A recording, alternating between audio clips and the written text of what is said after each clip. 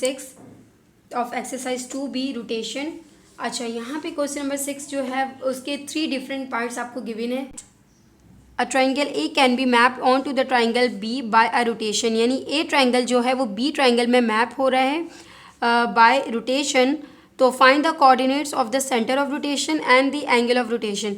तो सबसे पहले ये ट्राइंगल इसमें मैप हो रहा है, तो इस क्वेश्चन के जैसे 3 पार्ट्स हैं तो इन तीनों पार्ट्स को मैं अलग अलग सॉल्व करूँगी। यानी सबसे पहले पार्ट में ए और बी ट्राइंगल को कंसिडर किया गया है, तो मैं दोनों इन ट्राइंगल्स को कंसिडर करूँगी। इसी तरह से जो बी पार्ट में कंसिडरेशन है उसके लिए मैं एक नेक्स्ट वीडियो बनाऊंगी, ठीक है। इसी तरह सी पार्ट के लिए मैं एक अलग वीडियो बनाऊंगी। इस एक क्वेश्चन को मैं 3 वीडियो में डिस्ट्रीब्यूट करूंगी। तो सबसे पहले आप देखें कि ये जो आपको पॉइंट्स आपको ये जो आपको फिगर गिवन है ग्राफ पे, सबसे पहले आपको इसको स्केल करना है ऑन अ ग्राफ पेपर। तो अब आप यहाँ देखें कि ये जो पॉइंट है इसमें 0 से 2 तक कितनी लाइंस आ रही हैं, 1 2 3 4 5 लाइंस के डिफरेंस से इन्होंने 2 को डिफाइन किया। यानी 0 से 2 तक 5 लाइंस है, तो अगर मैं 1 को प्लॉट करूँगी तो 1 के रिस्पेक्ट से इन दोनों की हाफ कितनी होगी, इन दोनों का हाफ कितना डिस्टेंस होगा, 2 लाइंस और हाफ लाइन, यानी 2.5 लाइंस इसके अंदर आएंगी, ठीक है। इस तरह से इन्होंने ये स्केलिंग दी हुई है, लेकिन मैंने इसको जब ग्राफ पे स्केल किया है तो यहाँ पे मैंने इस तरह से स्केल नहीं किया। यहाँ आप देखें, यहाँ पे मैंने क्या किया, जो 2 के डिस्टेंस से इन्होंने स्केलिंग की थी उसको मैंने 1 के रिस्पेक्ट से स्केलिंग की है। यानी हर स्मॉल स्क्वायर बॉक्स को मैंने 1 सेंटीमीटर का डिस्टेंस दिया है, यानी 1 सेंटीमीटर यूनिट डिफाइन कर रही है स्केलिंग के अकॉर्डिंग, ठीक है। और यहाँ पे मैंने क्या किया, उस 2 को एक्सपेंड कर दिया 1 में, यानी वो 1 पे कॉन्साइड कर रहा था ये वाला पार्ट, तो मैंने यहाँ पे 1 के रिस्पेक्ट से स्केलिंग ली है, उसको प्लॉट किया है। तो यहाँ पे मैं एक दफ़ा डिफाइन में कर देती हूँ उसको देख के। जो पहला वर्टेक्स है ये यहाँ पे 1 पे कॉन्साइड कर रहा है अकॉर्डिंग टू इस स्केलिंग। ये 1 पे कर रहा है तो मैंने उसको वहाँ पे 1 के साथ लिया है। ये 4 पे ही कर रहा है होल नंबर पे, ठीक है, और ये भी 4 पे कर रहा है। तो इसके लिए मैंने जो वहाँ पे स्केलिंग ली है उसमें मैंने 1 मेंशन किया है। यहाँ पे तो इन्होंने मर्ज करके स्केलिंग ले ली, लेकिन वहाँ पे मैंने इसको पूरी तरह से ब्रेक किया है ताकि सारे कोऑर्डिनेट्स दिख सकें। इसी तरह से मुझे ए को बी में मैप करना है, तो बी के हिसाब से भी मैंने स्केलिंग ऐसी की है। यहाँ 10 और 11 के दरमियान, यहाँ 10 और 12 का, यहाँ 12 होगा, तो 10 और 12 के दरमियान वाले पार्ट पे ये इसका वर्टेक्स लाई कर रहा है, तो उसका मतलब है यहाँ पे ये 11 है, यानी 2.5 लाइंस पे। तो मैंने 11 को 2.5 लाइंस पे कंसिडर नहीं किया, बल्कि मैंने यहाँ पे जो 11 है, यहाँ देखिए जो मैंने 11 है उसको मैंने इसी होल नंबर के उस पर लिया है, और वो मैंने एक एक डिस्टेंस के रिस्पेक्ट से प्लॉट की थी। तो इसका मतलब है कि यहाँ पे ये पॉइंट 11 हो गया, और आगे अगर एक और स्मॉल स्क्वायर बॉक्स में लेती हूँ तो ये 12 वाला पार्ट हो गया, ठीक है। अब यहाँ पे इन्होंने क्या क्या है कि ए को बी में मैप करें, तो यहाँ पे ए ट्राइंगल जब बी में मैप होगा तो इन्होंने इसके वर्टेक्स को लेबल नहीं किया, लेकिन मैंने यहाँ जब ट्राइंगल बनाया तो मैंने इसको एक पी का पॉइंट दे दिया, क्यू का पॉइंट दे दिया और आर का पॉइंट दे दिया। अब आप देखें कि फिगर के अकॉर्डिंग पी क्यू आर जो है, यानी ये पूरी फिगर रोटेट हो रही है बी फिगर में। तो अगर मैं देखूँ इसका ये जो कॉर्नर वाला पॉइंट है, वर्टेक्स कॉर्नर वर्टेक्स है, ये P है, तो जो उसका इमेज फॉर्म्ड होगी उसको मैंने P प्राइम से डिनोट कर दिया, ठीक है। यानी ये दोनों कॉरेस्पॉन्डिंग वर्टिसेस हैं। इसी तरह से Q है, तो Q के रिस्पेक्ट से ये वाला कॉर्नर पॉइंट अगर आप देखें, इस फिगर को मैं इस तरह से रोटेट करवाऊँ, इस फिगर को मैं रोटेट करवाऊँ तो ये वाला पॉइंट इस पे कॉन्साइड करेगा, यानी ये इसका कॉरेस्पॉन्डिंग पॉइंट हो गया Q पॉइंट, Q प्राइम, और R का कॉरेस्पॉन्डिंग हो गया ये वाला, क्योंकि जब मैं इसको रोटेट करवा के यूँ रखूँगी तो यहाँ पे ये आर ये प्राइम जो है इस पे कॉन्साइड कर रहा होगा, यानी ये दोनों आपस में कॉरेस्पॉन्डिंग वर्टिसेस हैं। अब आपको क्या करना है, अब हम जो यहाँ पे क्वेश्चन है उसको स्टार्ट करते हैं।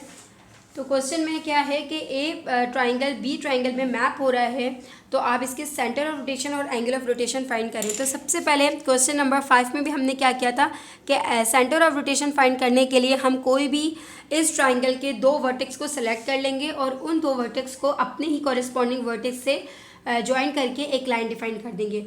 तो मैं यहाँ पे किसको सिलेक्ट कर रही हूँ, मैं यहाँ पे P को और R इन दोनों वर्टेक्स को सिलेक्ट कर रही हूँ। आप चाहें तो Q को भी सिलेक्ट कर सकते हैं, बट मैं Q को क्यों सेलेक्ट नहीं कर रही हूँ, क्योंकि देखिए अगर मैं Q और इसकी लाइन देखूँ तो ये लाइन इतनी बड़ी बन रही है, तो जब मैं इसका परपेंडिकुलर बाइसेक्टर डिफाइन करूँगी तो ज़ाहिर है मुझे इसके हाफ से ज़्यादा कंपास ओपन करना पड़ेगा, तो वो कंपास एक्स्ट्रा ऑर्डिनरी ओपन हो जाएगा R के लिए। इसलिए मैं कोशिश करती हूँ कि ऐसी लाइन लूँ जो कि इस थोड़ी सी छोटी हो और जिसके हाफ से ज़्यादा अगर मैं डिस्टेंस लूँ तो ज़्यादा कंपास को मुझे ओपन ना करना पड़े, नहीं तो फिर उसमें चांसेस होते हैं कि एरर जनरेट हो सके।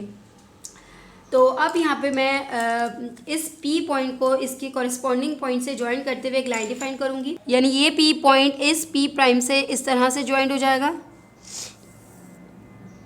अब मुझे क्या करना है, इस P पॉइंट और इस P प्राइम के पॉइंट की से जो लाइन डिफाइन की है इसका परपेंडिकुलर बाइसेक्टर ड्रॉ करना है। अब मुझे पता है कि परपेंडिकुलर बाइसेक्टर ड्रॉ करने के लिए मैं इसका जितना डिस्टेंस है उसके हाफ से ज़्यादा कंपास को ओपन करती हूँ।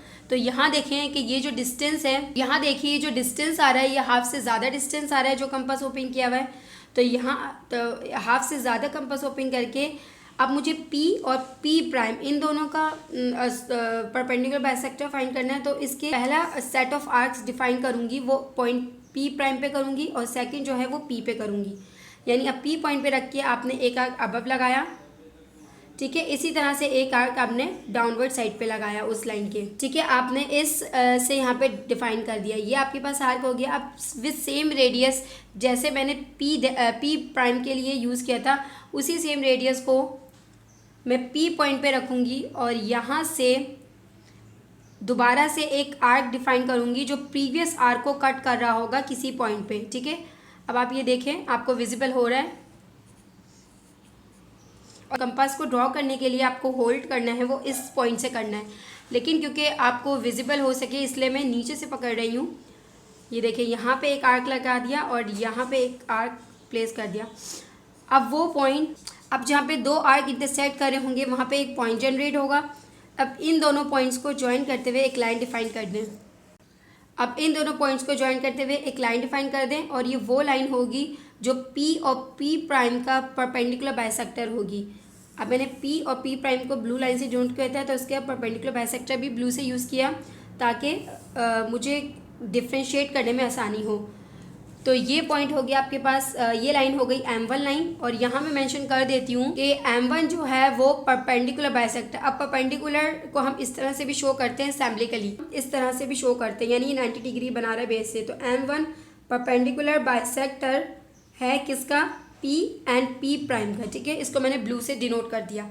अब आ जाए सेकंड वाली परपेंडिकुलर बाइसेक्टर पे। सेकंड परपेंडिकुलर बाइसेक्टर के लिए मुझे कोई दूसरा वर्टेक्स लेना पड़ेगा उसके कॉरेस्पॉन्डिंग, यानी R और R प्राइम, इस दोनों लाइंस को, इन दोनों वर्टिसेस को मैं ज्वाइन करूँगी।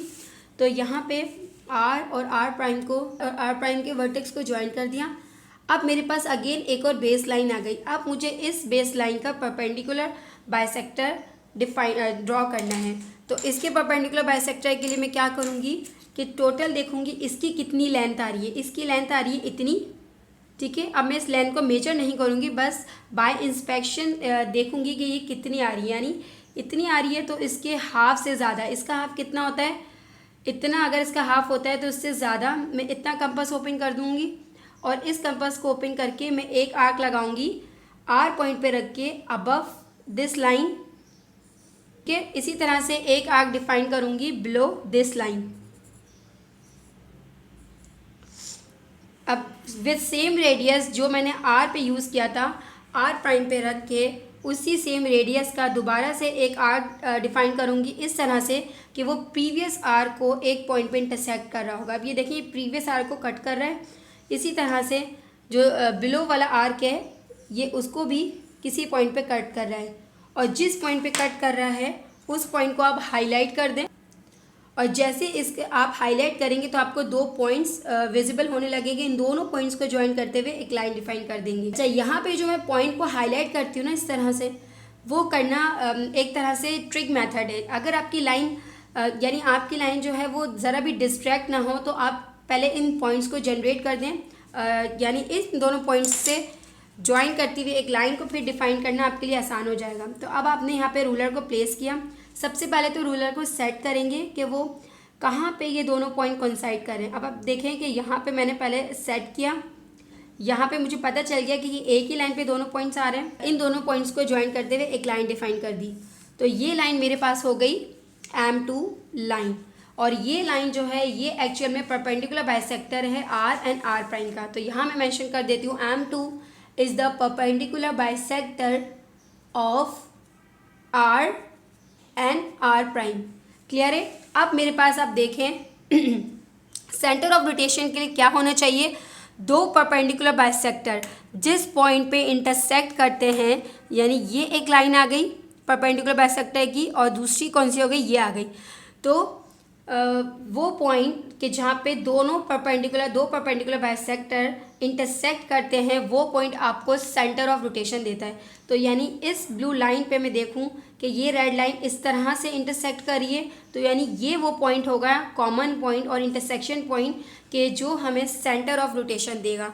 तो इसके लिए आप देखें यहाँ पे ये वो पॉइंट आ गया जिस पे सेंटर ऑफ रोटेशन डिफाइन हो रही है। अब इस पॉइंट के अलोंग पहले तो मैं एक्स एक्सिस का डिस्टेंस देखूंगी, यानी ये पॉइंट अलोंग एक्स एक्सिस मुझे क्या वैल्यू दे रहा है 6 और अलोंग वाई एक्सिस ये मुझे क्या वैल्यू दे रहा है 3। इसका मतलब है कि सेंटर जो है वो आपके पास आ गया, सेंटर ऑफ रोटेशन बराबर होगा 6, ठीक है, और कॉमा क्या आ रहा है 3। 6,3 पे सेंटर ऑफ रोटेशन डिफाइन होगा क्योंकि एक्स एक्सिस के अलोंग इसका डिस्टेंस 6 है एंड वाई एक्सिस के अलोंग इसका डिस्टेंस 3 है, तो सेंटर ऑफ रोटेशन 6 हो गया। अब आइए एंगल ऑफ रोटेशन पे। फॉर एंगल ऑफ रोटेशन अब हम दोनों मेथड करेंगे कि थ्रू इंस्पेक्शन मेथड और प्रॉपर मेथड। अब आप देखें कि मैंने क्या बताया था कि एंगल ऑफ रोटेशन के लिए आपको सबसे पहले क्या देखना है कि सेंटर ऑफ रोटेशन कहाँ है। अब आपका सेंटर ऑफ रोटेशन है इस पॉइंट पे, ठीक है, ये आपके पास सेंटर ऑफ रोटेशन आ गया। अब इस सेंटर ऑफ रोटेशन से आप देखें कि एक ओरिजिनल लाइन यानी एक ओरिजिनल पॉइंट और एक उसका रोटेटिंग पॉइंट अगर है तो वो उस सेंटर ऑफ रोटेशन से पास कर रहा है या नहीं। अच्छा, अब सेंटर एंगल ऑफ रोटेशन के लिए आपको क्या देखना है कि सबसे पहले तो आप देखें कि सेंटर ऑफ रोटेशन कहाँ लाई कर रहा है, ठीक है, वो इस पॉइंट पे लाई कर रहा है। अब इस सेंटर ऑफ रोटेशन से एक ओरिजिनल पॉइंट और एक इसका रोटेटिंग पॉइंट जो है उसको आप देखें कि उसको ज्वाइन करने वाली लाइन क्या सेंटर ऑफ रोटेशन से पास कर रही है।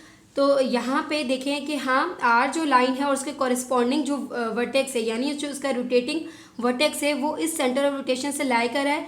तो फिर आप देखें कि इनके दरमियान एंगल क्या बन रहा है। तो यहाँ पे अगर मैं देखूँ आर और आर प्राइम के दरमियान एंगल बन रहा है 180 डिग्री का, तो उसका मतलब इनके दरमियान जो एंगल ऑफ रोटेशन है वो 180 है। अब अगर मैं इसी सेंटर ऑफ रोटेशन से P और P प्राइम को देखूं कि वो गुजर रही है या नहीं, हाँ वो P और P प्राइम जो है वो इस सेंटर ऑफ रोटेशन से गुजर रही है, तो इसका मतलब है मैं इनके दरमियान भी एंगल देख सकती हूँ कि क्या बन रहा है। और अगर इस P से P प्राइम तक के दरमियान मैं एंगल देखूँ तो यहाँ पे भी 180 एंगल बन रहा है। इसका मतलब है इनके दरमियान जो एंगल है वो 180 डिग्री है। अब ये देखना होगा कि ये क्लॉकवाइज है या एंटी क्लॉकवाइज। वैसे तो एंगल ऑफ रोटेशन के लिए आपको डायरेक्शन नहीं पूछी गई है, लेकिन पता होना चाहिए कि जब ये इस तरह से रोटेट हो रहा है, अगर आप देखें तो ये इस तरह से रोटेट होके इस तरह से फॉर्म कर रहा है, तो इसका मतलब ये एंटी क्लॉकवाइज डायरेक्शन में है। तो यहाँ आप मेंशन कर दें एंटी क्लॉकवाइज, तो जो इसकी डायरेक्शन है वो एंटी क्लॉकवाइज डायरेक्शन है। अच्छा, ये तो हो गया आपके पास प्रॉपर मेथड। अब आप देखें डायरेक्ट मेथड के रिस्पेक्ट से मैंने आपको क्या बताया था। सबसे पहले आप देखें कि ये आपके पास ओरिजिनल फिगर है। अच्छा, ये इस तरह से रोटेट नहीं कर रही है, ये एक्चुअल में इस तरह से रोटेट कर रही है। तो एक चीज़ ये हो गई कि यहाँ पे अगर ये फिगर इस तरह से, तो ये इस तरह से रोटेट कर रही है, तो जो इसकी डायरेक्शन बनेगी वो एंटी नहीं, वो क्लॉकवाइज बनेगी। सॉरी, इसको करेक्शन कर लीजिए कि जो इसकी फिगर बनेगी वो क्लॉकवाइज डायरेक्शन में होगी। अच्छा, अब यहाँ देखें फिगर की बेस लाइन, यहाँ पे ये फिगर है, इसकी बेस लाइन कैसे है, हॉरिजॉन्टल लाइन पे, ठीक है।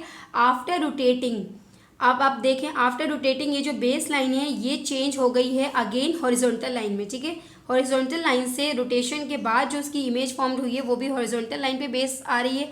इसका मतलब है कि अगर रोटेशन के बाद भी उसकी बेस लाइन चेंज नहीं होती, यानी हॉरिजॉन्टल है और आफ्टर रोटेटिंग भी हॉरिजॉन्टल लाइन पे आ रही है, तो इसका मतलब है कि इनके दरमियान 180 का एंगल होगा, ठीक है। ये डायरेक्ट मेथड है कि जब कभी अगर आपसे इस तरह से फिगर फाइंड नहीं, इस तरह से एंगल फाइंड नहीं हो रहे हों और वो एंगल जो है इस सेंटर, ये जो लाइन है इस सेंटर से पास नहीं कर रही हो, जिसकी वजह से आप एंगल नहीं फाइंड कर सकते हो, तो आप इस तरह से भी फाइंड कर सकते हैं, ठीक है।